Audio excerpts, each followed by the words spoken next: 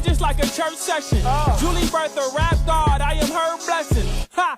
Won't he do it? It's that holy music. They try to mute it, but I rebuke it. It's therapeutic. It was already written, so I don't gotta write it. I was already gifted, so you don't gotta like it. Showing me and I am not excited. Adam was tempted, it's crippling. He didn't want to bite it. Get off Instagram and get some discipline. Hello, listeners, and welcome to The One. Real people, real topics, real talk. Today's show is titled A Diet of Despair. For those of you outside of the Rochester area who don't know, that there was a little incident regarding what our kids are currently being served by the Rochester School District. But before we get started, I want to start by introducing our co-host, Jonathon, that guy. What's going on? What's good? And our special guest, I don't even know how to describe him. He's just well-versed and just a very intelligent man who has his ear to the streets, to the ground, and to business altogether. Mr. William Hall, how's it going for you today? Blessed as always. Thanks for having me. I love coming on the show with you guys. All right, glad to have you. And just going back, a diet of despair. There was a situation with Rochester City School District where the kids coming back from a long hiatus, where their diet or their lunch consisted of a pear, a cheese stick, meat stick, ridiculous, a meat stick, and some chips. And from what I understand, it's not a one-time thing. Like, that's what's going on. There's been a lot of talk because of the budget, the mismanagement of funds. Mm-hmm. That may be the wrong word, but that's what it comes down to. They have to cut back. Mr. Hall, let me ask you: do you think that the city should have found another means or another way to serve our kids hot lunches? Absolutely, but you guys are once again broaching an incredible topic, right? Mm-hmm. And I think we need to put some context to it. Absolutely. So my grandmother, and we all have those phrases we remember from our grandmother, right? My grandmother used to say, "A squeaky wheel gets the oil." Mm-hmm. And when you're young, that doesn't make sense, right? Or a closed mouth don't get fed, and you're like, "But I'm hungry." Like all that other stuff, I don't really care about, right? And while I agree with you, and I'm sure we're going to dig real deep into this, that the Rochester City schools in general, there's a lot of things they should be doing better for our kids. Right. I think the one piece that we forget, and I would be remiss if I didn't talk about it, our parents need to be better advocates for our children as well, because a squeaky wheel gets the oil, right? So if we are not collectively as the consumers of the product, which is the parents who are paying taxes to support the school, if we are not collectively coming together and making some demands, ultimately the children lose. That's very interesting. And actually, you took a take on it that makes sense, and I kind of thought, you being a financial guy, you would take a different take, like, well, here's the budget. We don't have the money, so the budget is the budget. So they get what they can get. But you're 100% correct when you say that the parents should be advocates, or more of an advocate for their child. But that wouldn't have changed, at least in my opinion. But let me ask you that, guy. Do you think even if all the parents would have been in an uproar, do you think the schools would have came up with hot lunches for our kids then? No, because they remind me specifically, when we're talking about the Rochester City School District, of a former CEO who worked at Chrysler. Name was Lee Iacocca. Had short-term success with Chrysler, but after 4 years, he kept using the same old model, same old system. Yeah. So with that, what happens when you do that? People get tired of that, right? Absolutely. So at the end of the day, I feel like the Rochester City School District is just throwing that same model, same system out there and expecting people to adapt to it like it's never worked. Why don't you figure out a new strategy? And I'm also seeing with them, I'm like, I don't think they're realizing their shortcomings. And when I say that, is that this is a challenge for them. It's been a challenge for years, but they don't want to thrive upon it. Yeah, and I say that because I looked at Terry Dade, okay, wasn't even the superintendent for a year. Right. So, he's like, I'm done. So you were put in this position knowing there was turmoil here, so you don't want to face the challenge. I said the reason why they putting him in there is simply for this reason. Okay, so he can connect with urban, kids and parents just by the way he looks. But I'm looking like this dude eats tofu and grape nuts. He would never ever be able to relate to it. Right. Tofu. And so I'm like, when he left, where did he go to? Yeah, he went somewhere Cornwall else. Central Yeah. School District. Has a $75 million budget and a 90% graduation rate. Yeah, that's a walk in the park. So you're saying that we wouldn't be here now, perhaps, if someone who at that time seemed to be qualified would have weathered the storm, because I think at one time he did. He had plans to kind of, balance the budget, for lack of a better word. Right. So you're saying that if he would have weathered the storm, our kids wouldn't be eating cheese sticks and meat sticks now. If he would have weathered the storm, but also wasn't looking at it personally for himself. How can I look good? Because when you're in that position as superintendent, it's not about you anymore. Right. It's about the collective whole. It's about your employees. It's about the teachers. It's about the kids first and foremost. These are your consumers. So at the end of the day, you got to have somebody in these positions that's saying, look, I don't care about me. I care about where we are going to look like now 5 years from now. Right. So all of a sudden, it becomes about him. I got an issue with that. And so now, okay, they're trying to scramble, see who can, fix things. But you also have to have somebody that's been there before. Right. And when I say Absolutely. been there, okay, they understand the struggle of not having food. They understand the struggle of, okay, being in a classroom and the teacher doesn't like me, may have some sort of stigma towards me. And I don't think they really get that. They just want to put somebody in there based on their qualifications, based on paper. Yeah, how it look good on paper. Yeah. So, So Those are great points, by the way. And everything you said, I 100% agree with. So let me circle back to something I said. In no way, shape, or form am I trying to place the entire blame on the parents. Right. That's not what I'm trying to do. absolutely. But what I am trying to say is similar to how if I own stock in a company, I'm an owner. Right. Right? They're going to send me a proxy form and say, hey, here's this thing we're deciding on. You get a vote. What that means is you have a say. And even if you have a limited say, you have a say nonetheless. Right? And if you get enough people collectively to think how you think, you can impact change. Absolutely. So when I said what I said earlier, again, I'm not trying to place blame in any one area. But what I am trying to say is I don't think parents understand how much power they truly have to impact change. Right. So you talk about a superintendent. Well, they hired a superintendent because he looked good. Parents can put a kibosh on that if they collectively work together. And unfortunately, and I don't have any scientific data to back this up, so this is just a hypothesis on my part. I do a lot of work with my school district, right? So I see and understand the politics that go on there. I'm on the budget committee, so I see the budget and how all those decisions get made. The larger the school district, the more spread out the school district is, the less cohesive your parents are. Because instead of fighting collectively for the district, right, the same thing you want the superintendent to do, I'm fighting collectively for my school, which may factor into what's best for the district. It may not. Right. Right? So when we start looking at superintendents or principals or teachers and all those things, the only reason I started there is because I want parents to understand you can impact change. If there's something going on in your school or your school district that you don't like and you get enough people to be squeaky, Right. you can change it. Right. I'll agree with that.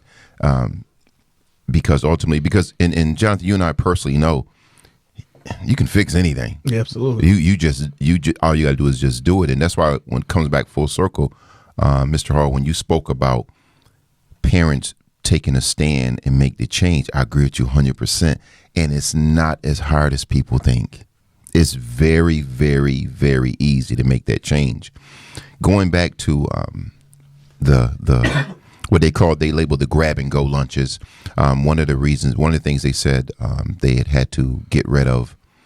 I forgot how many food service workers. I'm still thinking if you got hot lunches, it's just like you gave them the grab and go lunches. You got hot lunches, you can find a way to give that to the kids. And it all came back down to budget. Everything was budget. Everything was budget. And I understand that. And just speaking of the lunch, because there's a lot of, like someone said earlier, there's a lot of problems with this Rochester City School District. But just speaking on the lunch part, my issue and what gets me angry is, and it coincides with what you said, people can fix this. There's not a lot of months left in this school year. The community can literally make sure them babies eat. They don't want the accountability. I mean, because for one, everybody loves to stick together, as we know, when it's, hundreds of us, but when it takes that one person that'll go out there and say, okay, these kids don't have any food, I'm going to get that for them.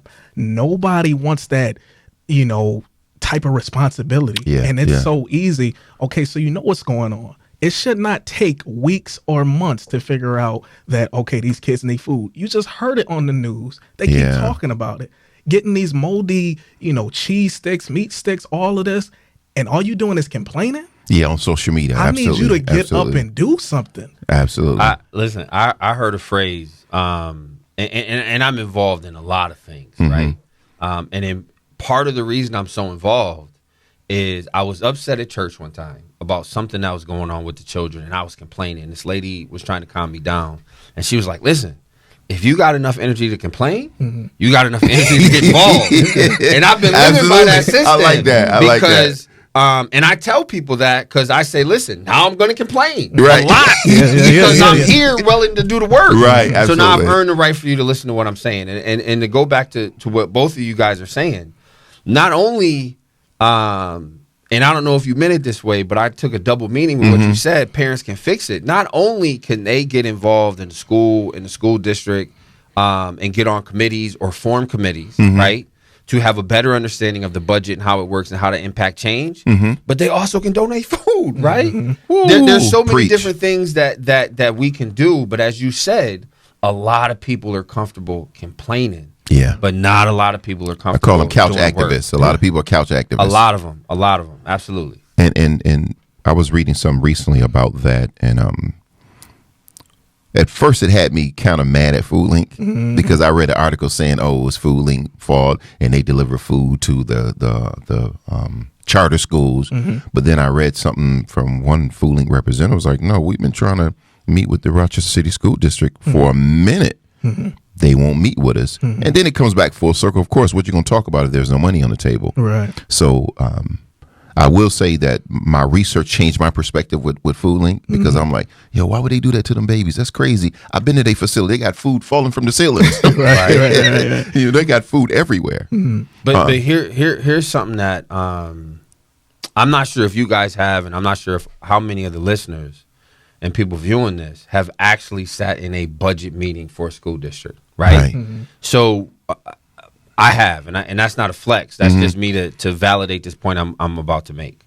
So sitting in a budget meeting, you may look at a budget and say, my school district, I think it's like 130 million, right? And it's like 130 million. How come y'all can't do all these things? But there's a cost associated with all those things, right? So the school develops a budget. The budget is somewhat predicated on how much money they're going to get from the state. There's deadlines where they have to get all these numbers in, but guess what? Those deadlines don't always coincide with what they're going to get from the state. So if something like COVID happens and we have to change. Now, again, Rochester is an entity all of its own because of the mismanagement for decades that you guys spoke absolutely. about. But the way the budget generally works is it's limited. And is as much as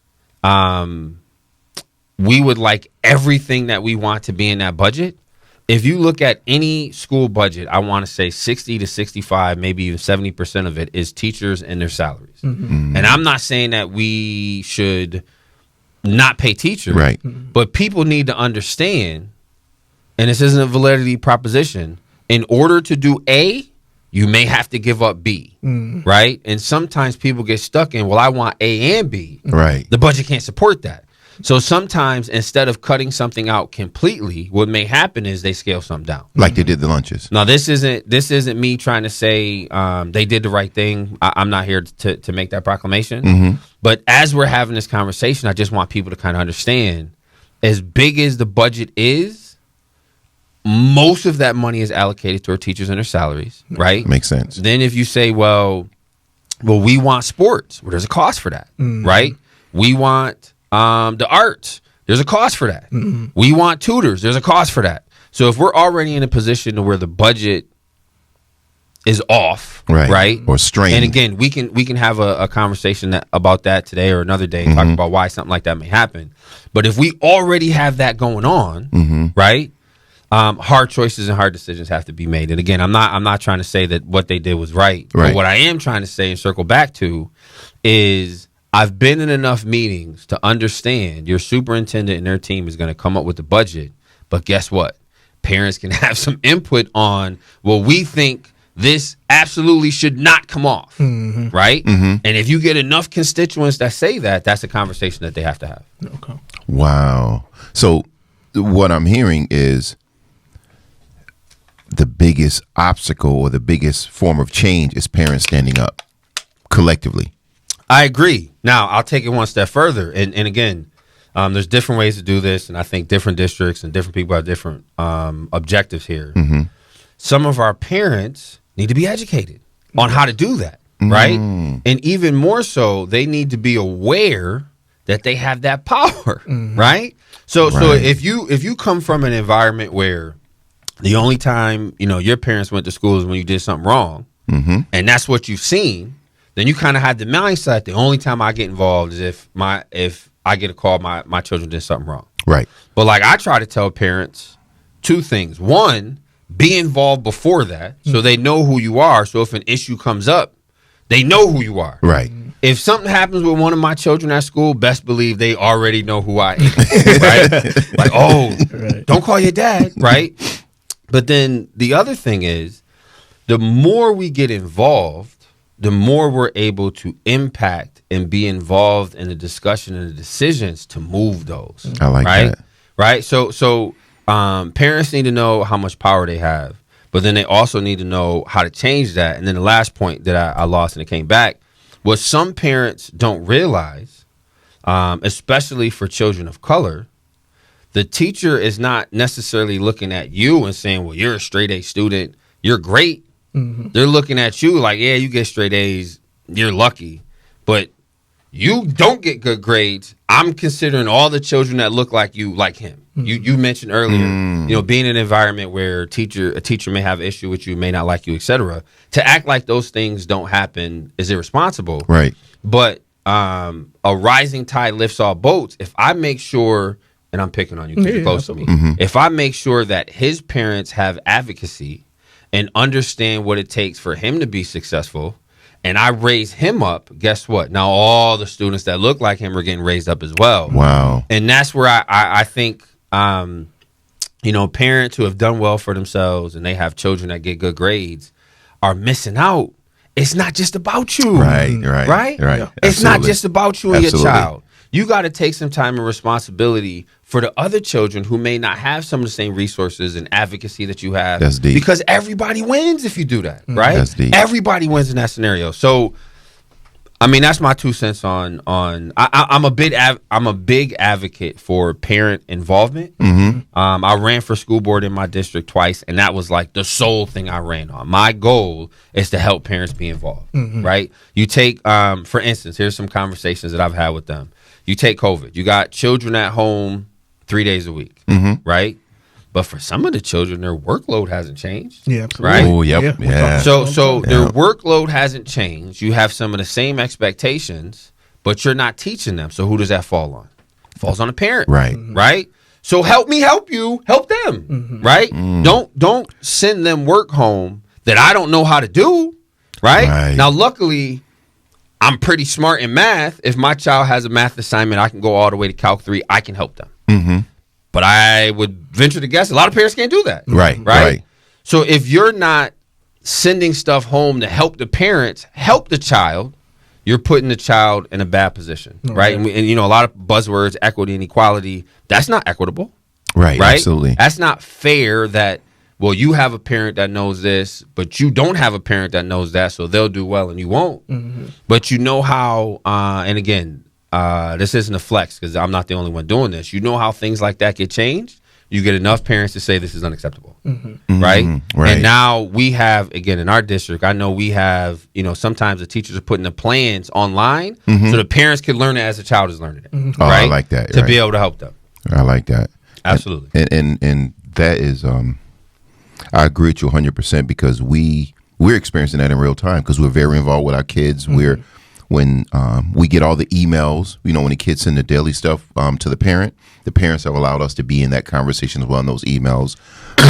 We're on the Zoom calls. I just had a Zoom call with one of our kids, the counselor, and 2 and 3 of their teachers. And and I don't want to say his name, but he taking 5 or 6 courses a day from home in the computer, and he's struggling. And why do you, education on yeah, top of that. why do you have 6 classes a day from your laptop? Right. That's totally insane. But you gave me a weapon now because you said no. If enough parents stick together and get involved, even that can change. Because what happens, what I see now is parents, not even because of the parent, but because of the system, parents seem or feel disconnected from their child's education. Absolutely. I see it all the time. Absolutely. Like in that last Zoom call, once she hung up, she called me like, "Thank you. This is the first time I ever felt somebody was on my side." Because I was advocating for, they talking this is like, no, let's do this. No, anybody try talk therapy? No, let's not do that. Let's not do that. The average parent feel there's a wall between them and their child's education. Absolutely. But again, and I'm gonna sound like a broken record, and I will readily admit I have a bias in this, right? This is why it's so important for parents to get involved, because when you build relationships, regardless of how broken or bad you think the system is, there's got to be one person there that is willing to be an advocate, right? Right. And if we can find and seek out that person and give them some support, then they can give us some of the information that we need to make things happen while they're working on the inside, right? So, for instance, I get a lot of, because, my school district, my name and phone number and all that stuff is on the website. I get parents to call me if they have an issue, right? So I had a parent call me like a year ago. Something was going on in the school, and a child was being overly involved with their child in a negative way. And I said, well, here's what I need you to do. I need you to call the principal and make sure, and however you want to say it, you say the word bully, right? Because that triggers automatically an investigation has to go. And if it doesn't happen, because again, I'm thinking strategic, now we can start to see where the problem lies, right? My first foray into school, my son, who I love dearly, he's a gentle giant. The people around him are lucky he doesn't have my temper, because at 6'8", I'd have been knocking people out, right? My son is a gentle giant, right? And because of his size and because he's gentle, I don't want to say get picked on, because if he sees this, he's going to get upset at me, but people would speak to him in a manner that is unbecoming, right? And one day he had enough of it, right? This dude had dumped something out on him at lunch. He had enough. He took the kid, threw him up against the wall, and went to hit him and thought better of it, right? Turned around, kid hit him in the back of the head, right? So now I know as a parent, my child got in a fight. There has to be some consequences, right? And any reasonable person isn't going to say there shouldn't be no consequences. But they tried to give my child the same consequences as the other kid. No, right? And then they tried to tell me, the principal tried to tell me, well, it's an automatic 5-day suspension, right? Well, I read in the rules. That's not what it says. Right. So, again, here's the setup. So I go have a meeting with him because I'm trying to understand why my child has 5 days out of school. And I'm saying I understand there needs to be some consequences. So now I read the rules. The rule says it's solely up to the principal what the consequences are. He doesn't know this, and he doesn't know that I know this. So I asked him, how did you come up with 5 days? Well, it's automatic 5 days. Well, actually, paragraph 3, section C says it's up to the principal. So now explain to me. He's like, well, that's what I thought. Okay. I said, well, for the students that witnessed my child getting bullied and didn't do anything, what's their suspension? And he was like, why would I suspend them? I'm like, well, the rules say If a child witnesses another child getting bullied and doesn't do anything, they're liable for the same repercussions. So what did you do to them? I know that. And he was, well, that's our school district. It may be every school, but that's what the rules say. And he said, well, flustered, right? I can't talk about what happened to another child. Cool, I get that. For the adults in the room, though, what repercussions are going to them? Because as a taxpayer, I am eligible to receive that information. Right. Well, why would I do anything to them? Well, the rules say that this is what's supposed to happen. Right. And he was like, I said, you know what?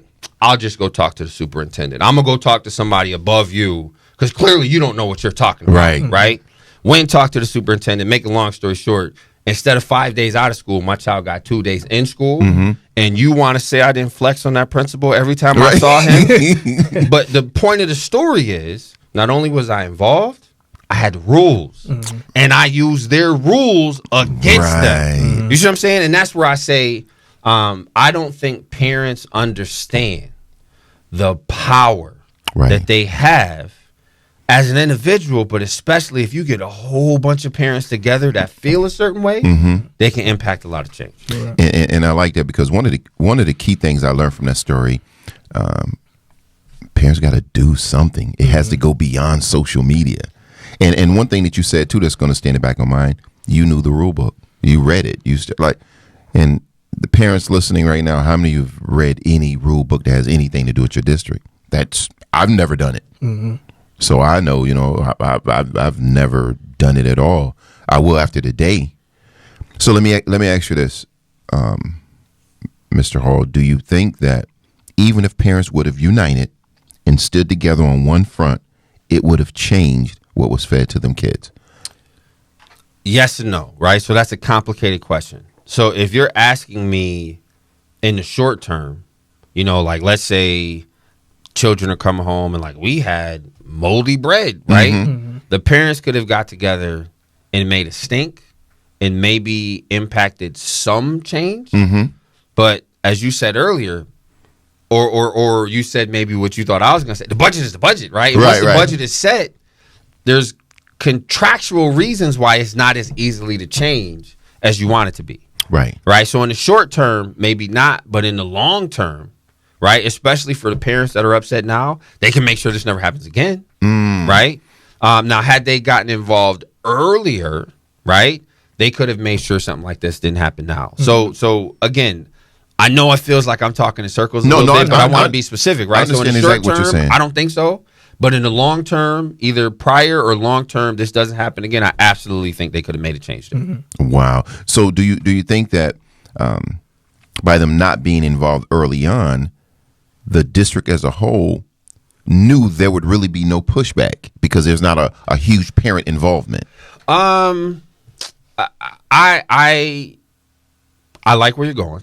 I think I see where you're going. I'm not going to attribute causality in that faction. I'm going to go back to something that guy said earlier, right? There's some mismanagement in the district, and there has been for a while, right? You got a budget that has a deficit. There's a lot of money issues that are around.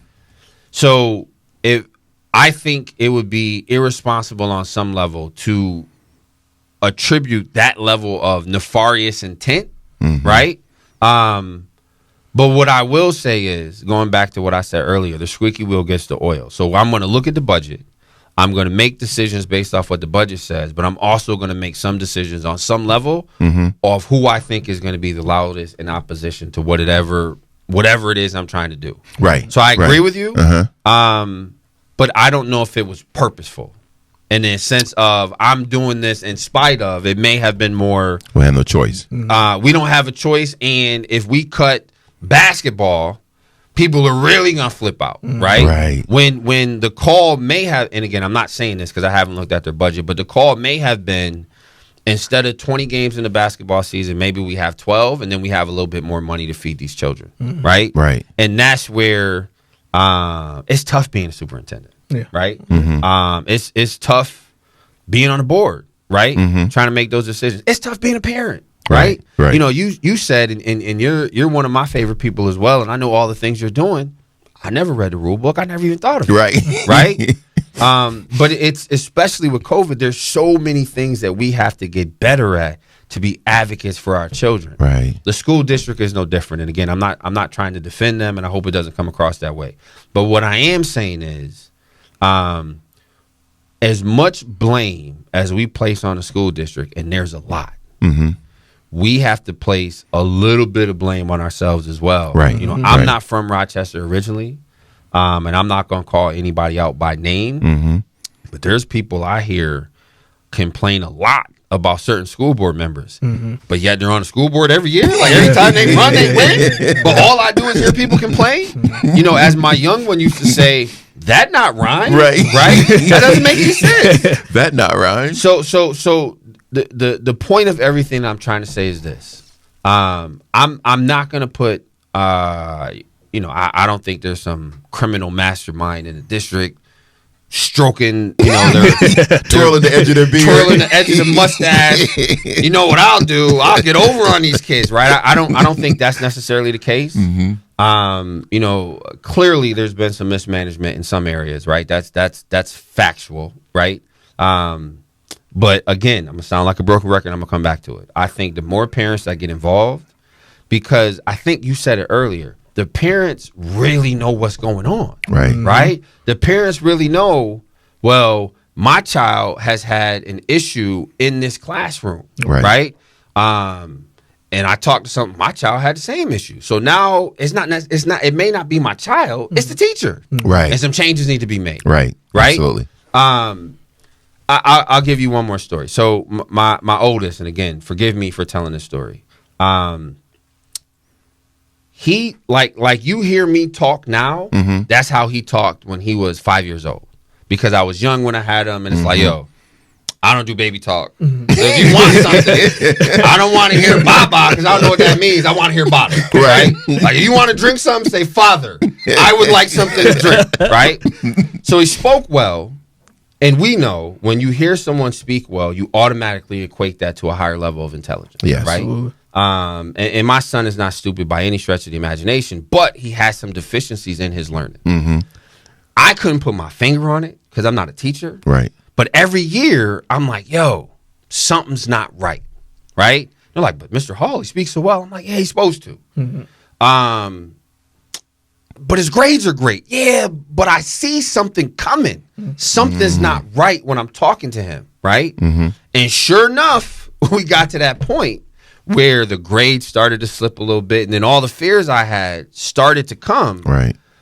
But luckily, I found someone after pushing and pushing and pushing that got him tested to say, hey, here's some deficiencies that he has, right? So, like, he can't deal with multi-directions. Like, if you give him 10 directions at a time, he's going to get to about 4 of them. Right. So now I'm able to have something where I can go to the teacher and be like, this is specifically what my child needs.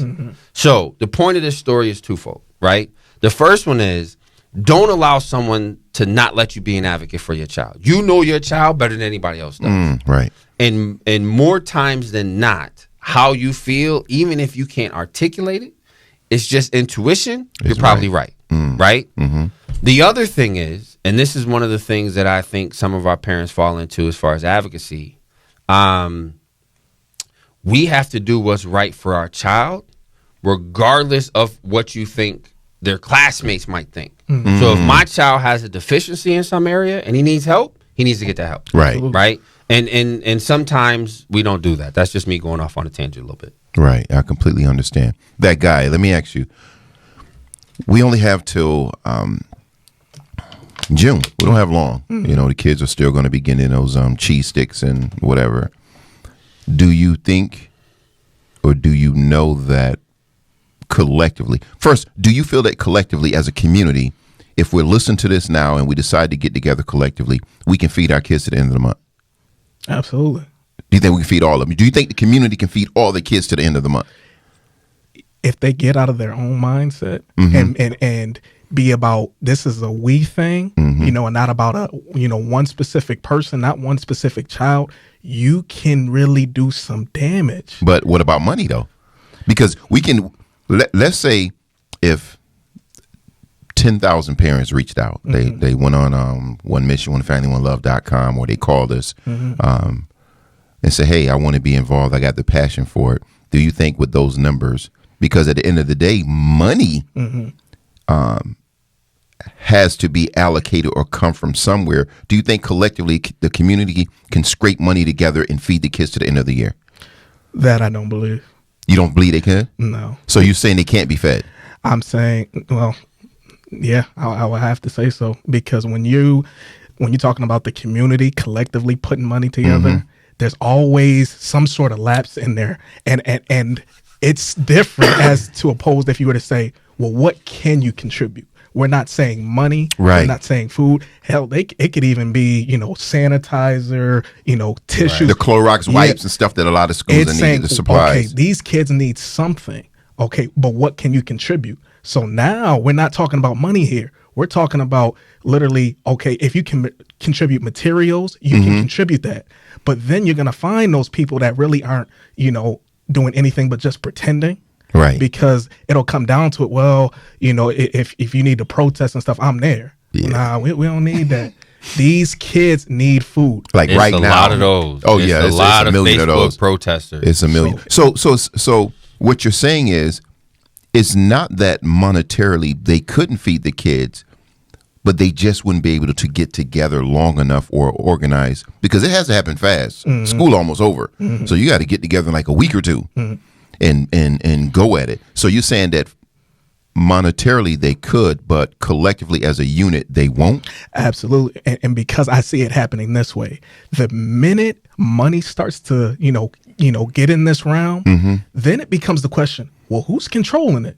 Who's at the head of it? Yeah. Is there a board coming? They good for setting up boards for nothing. All of these questions, and yet there's a real big issue here, is that did the kids get fed? That remains the focal point, and everybody wants to take, well, we throwing all this money in here and these kids not getting fed.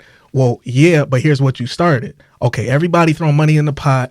Somebody wants to be the leader. I don't care who it is. Right. If you got 10,000 people in your community, you got at least, I'll say 97% of them that's looking to be a leader. I promise you that. Even if they don't have the skill set, you're absolutely right. One thing that I know in you as well, that if you really want to do it, you can feed them kids. Literally, we did an hour. We saw the need, got on the phone, talked about it for 5 or 10 minutes, met at BJ's, got the stuff, and I talked about it on the social media. If you really want to do it, and it's not, if you really want to do it, it can be done. There's no obstacle, and I'm a strong believer in that. Another phrase we use, action only. We just gonna do it. Right. We ain't gonna talk about it forever. We ain't gonna have 6,000 meetings. You and I gonna get on the phone. All right, let's set a date. Boom, boom, boom, boom. All right, see you at BJ's. Right. And we just gonna do it. And we have to get to that point, because just like I can go far as back as the distinguished educator, when he did his report on the city school district, I probably read it 15 times. Nobody marched about it. Nobody protested about it. He pretty much laid out the dysfunction in our school district. Then that carried on to the funding part. All the teachers got laid off. Everybody went to the boards of education and marched and all that. And it funnels down to, the COVID, and now kids are failing, and now kids aren't getting proper diet. There has to be a point. And here's I'm gonna say me, but I'm gonna say our motto, because we're together in this. We have to stop leaving everything in the hands of other people. And when I say we, I mean us as a community. We have to immediately stop that. But here's what I want to say, though. I feel it's comfortable for you to say you at this particular point, because think about the organization. We're not, when we say we are one, we're not saying, okay, just one specific person. Right. We move as one. We think as one. You being the CEO, it trickles down to all of us. It's right. Like, if we're not out here, providing action and resources to people, then we failed. Yeah. We've totally failed. Yeah. It's not about one individual person. So now I'm like, okay, everybody has to kind of get that mentality, because literally there's lives at stake here. Okay. And so now what I see on social media and everything, it's really all about you have to have somebody that's willing to go into probably the most stickiest situation ever known to man and say, I can handle it. Right. They want the challenge. They want to thrive. But then they may get the persecution and everything that comes along with it. But this is where the growth mindset comes in. rather than the fixed mindset. Mm-hmm. They're going to look years down the road and be like, look, the organization's on top. That's all that matters. Right. It's not about me. Right. Absolutely. But some of this new group, man, and maybe it's just me. I haven't been on social media a whole lot because it agitates me, and I've had a lot of stuff on my plate. But I feel like you get a lot of people who are a lot more comfortable complaining or protesting, so they can be seen, Right. and just doing the work. Right. I see more people when I am on social media talk about a protest than, well, yeah, here's the problem. Here's how we're proposing to fix it. Right. Absolutely. Absolutely. And I think that's part of the issue as well, right? You got too many people that don't want to put the work in, whatever that work looks like. Yeah, I totally agree. And I always use the term 99.98% because that's the percent we run across people that just don't want to do anything. And you get those that even, we experience it. They'll put on, oh, let me know if you need help. I'm all in. Or they're going to inbox. I'm all in. When you reach out to them, oh, it's absolutely I want to zero. donate something. Listen, we get hundreds of those. Right. Absolutely zero. But coming back full circle to what's going on with our babies not being fed and the year coming to a close, what we have done is, for our listeners, if you go on Facebook and you put in the name of the school and you can find it, if a lot of us grew up only know, oh, that's school 28, but you never know the name. Type in the school number, know the name of the school, look up the name of the school, and we have resource pages for each school. And on those resource pages, what you can do is, first of all, if you know a teacher that belongs to one of those schools, let the teacher know, the educator know that the resource page exists. And the way we have it set up is you go on that resource page, you be a friend or however they word it, you become a member of the page, just click whatever. And you'll be able to go on that page of that particular school for whatever reason you pick a particular school. Maybe you went there, as a child, and you'll be able to see the resources that the teacher needs. And what you do as a listener is, if you see something you can afford, you purchase it and you send it to the school. Once that arrives to the school, then the teacher who made the post, just at the end of a post in capital letters, put received. Because what it does too, then it shows people that the system is actually working. By doing that, we're not involved. You're not giving us any supplies. You're not sending us any money. You're looking at the school for whatever reason you prefer to donate to. You're seeing exactly what the teacher wants, and you're sending it from you to the teacher. There's no middleman. Right. It's only you and the school. We only have a few months, and I firmly believe you get a couple hundred people behind each school, starting with the elementary schools first, because even with that meal, from what I understand, it went out to the elementary schools. I don't know if it went out to the junior high and high schools, but under our system, you just type in the name of the school number, you see the needs, or if you say, hey, I have what's the little things that we be buying cases of the kids, the goldfish. Hey, I can donate 50 cases of goldfish because I know the elementary school love it. Just put that up there. And so when a teacher going to particular, if they, boom, I need that. When can you have that delivered? So that's the system we have set up. And what it allows, it eliminates any excuses. It puts you in your comfort zone of what you can afford. So if a teacher said, oh, right now, I'm trying to think, the Chef Boyardee cups. Yeah. We know that because we know schools like the mac and cheese cups. Those are two things that we can say that we know every school likes because we're getting them for schools. Some they can throw in the microwave. It's a hot meal right then in the classroom. If you can go purchase a case of it, there's a school that wants it. You pick your favorite school and put it up there. And so I'm challenging all our listeners that there's no middleman. There's no nothing going to someone you don't know about. Under our system, it goes directly to the school and directly to the teacher. And so from the time you hear this, we're just going to be monitoring the pages and see what happens. And then that, because we have to do something like quick, absolutely, like fast, and that's the quickest. We've been blessed to be able to just go do it.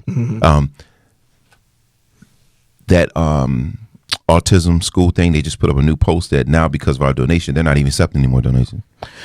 I just saw that they just did another yesterday and tagged me in it. Like, they don't know, they got enough for that whole department now that they don't even need no more. And that was good to see. And I'm glad, when I say, it's not about us, because I find too many people that love to say they donate and everything. Yeah. As long as it made them kids feel good, that's enough for me. Right. It's about going that next mile. And I think people, need to look this up one day. Hierarchy of needs, it's very powerful in that, in the last breakdown of it, it's, becomes, physiological needs, food, clothing, shelter, all Right. that. Then it becomes safety. Then it becomes to have a sense of belongingness. Right. Then esteem. Then self-actualization. Right. So the top of that is having somebody, reach their full potential. Right. How are these kids going to reach their full potential if they are starving? Mm-hmm. And I just want to throw in there real quick for anybody that's listening, know any educators or something. You send us an email, we coming. Mm-hmm. If you an educator reach out on our website and say they need something, we're gonna make zero excuses. Mm-hmm. We're gonna get it. No doubt. We're gonna make zero. We're gonna respond quickly, and we're gonna get it. It's zero excuses. No, and that's one thing that we do. We figure it out. Like it ain't no talking. That's how it has to be. You have to have people that are willing to do the work.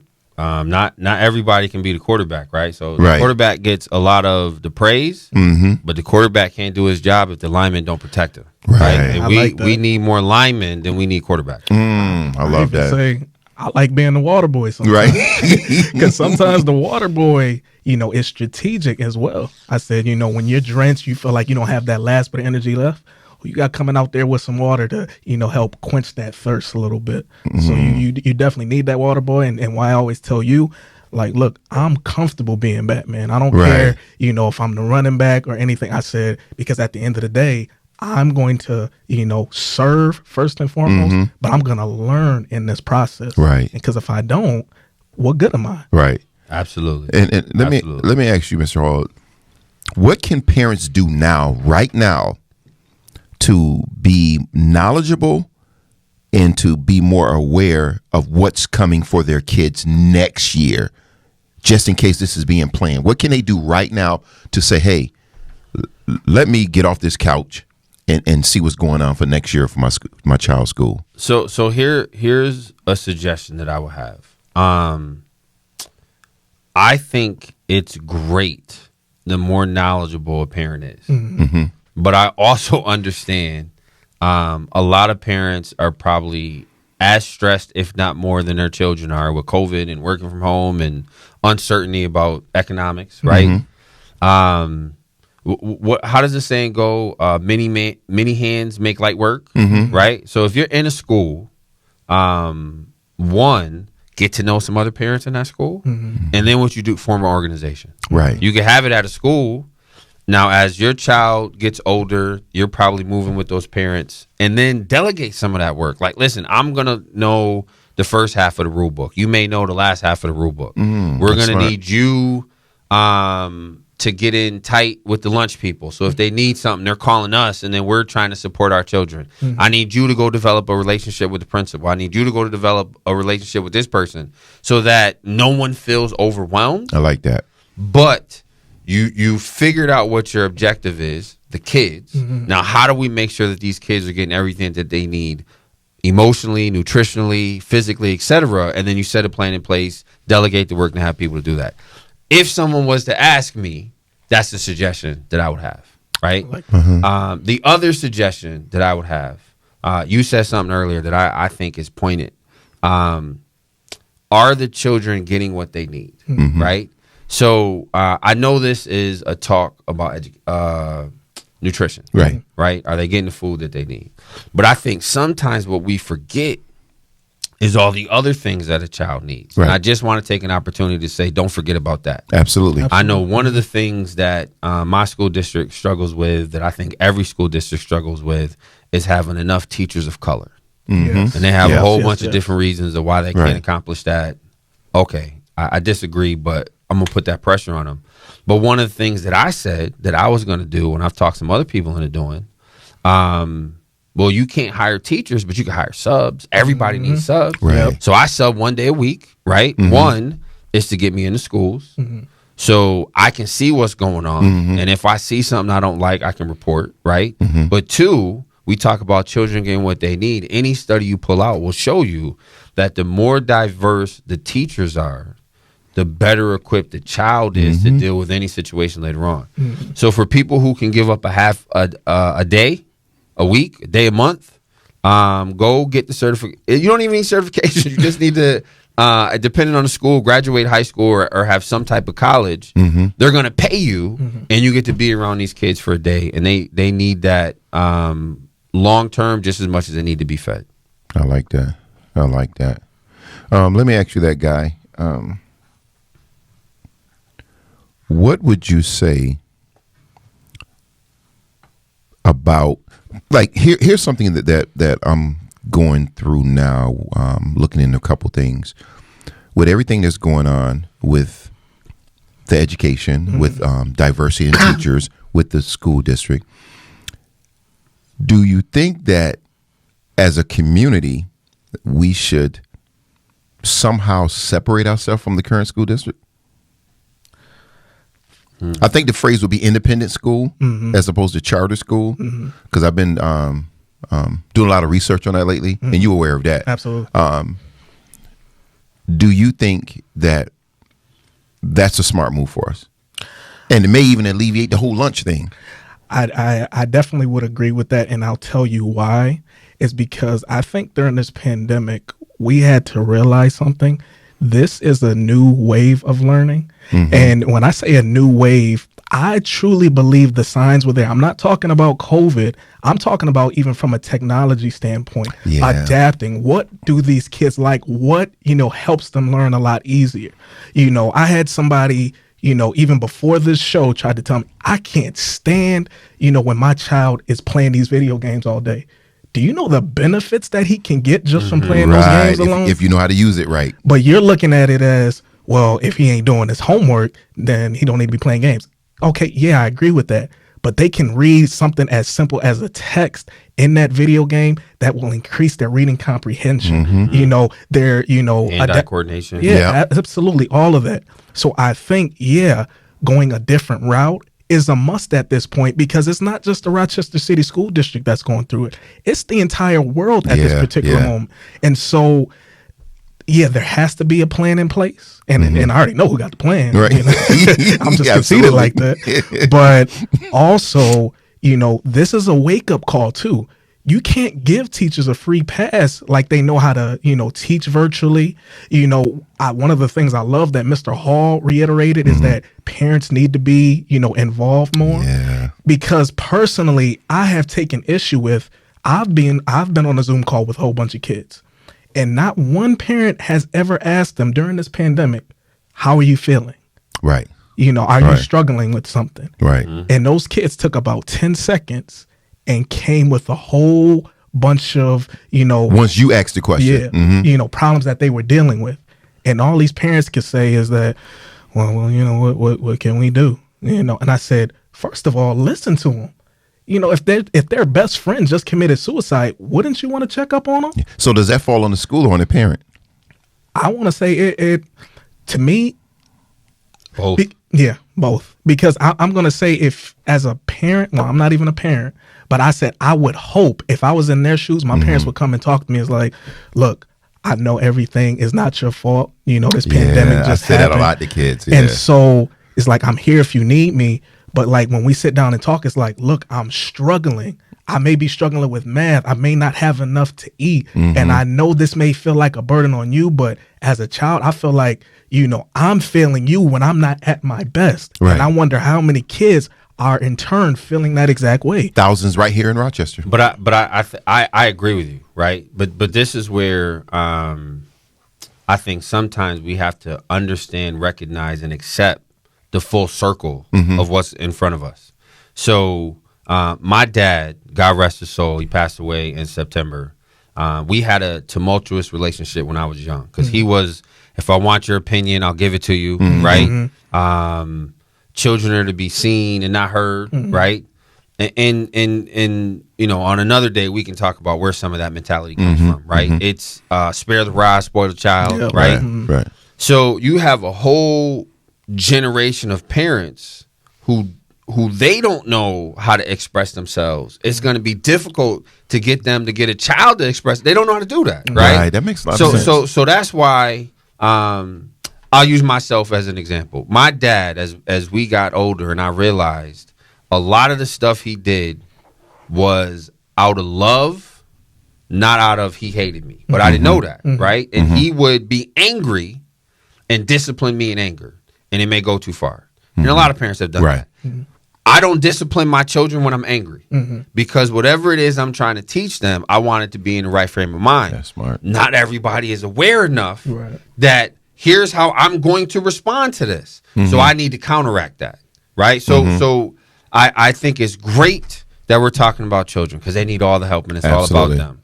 But if we truly want to help them, we can't forget some of the other parts that are going to need some help as well. Absolutely. Wow, that's great, and that definitely opens the door to continue that conversation, to break that down in different segments, just to educate our listeners. Well, that's our show for today. I want to thank all the listeners. I want to thank absolutely my guy, Mr. William Hall. Yeah. Yep. Hey, he seemed like he was born for this, right? Yeah, absolutely. and I want to give each of you a few seconds just to leave us on some parting words.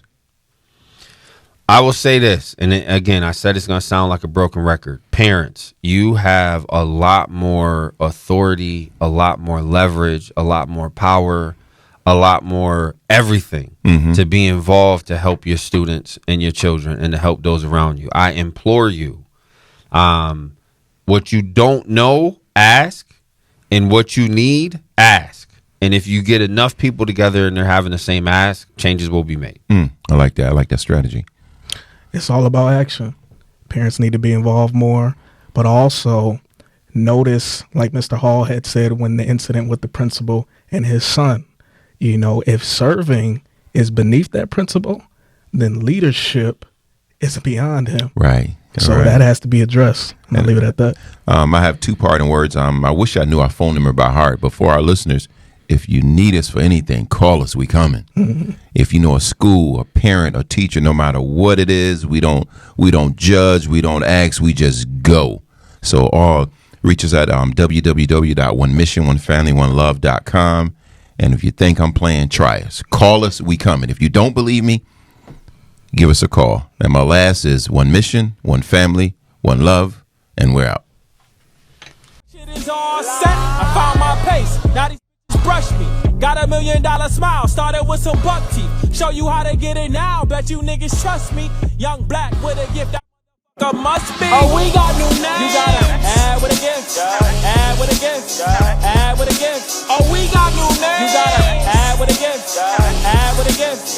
Add with a gift. Like Clancy with a gift. T Dan with a gift. T.Y. with a gift. B Will with a gift. Shia with a gift. Kyle with a gift. Claude with a gift. We all with a gift. Like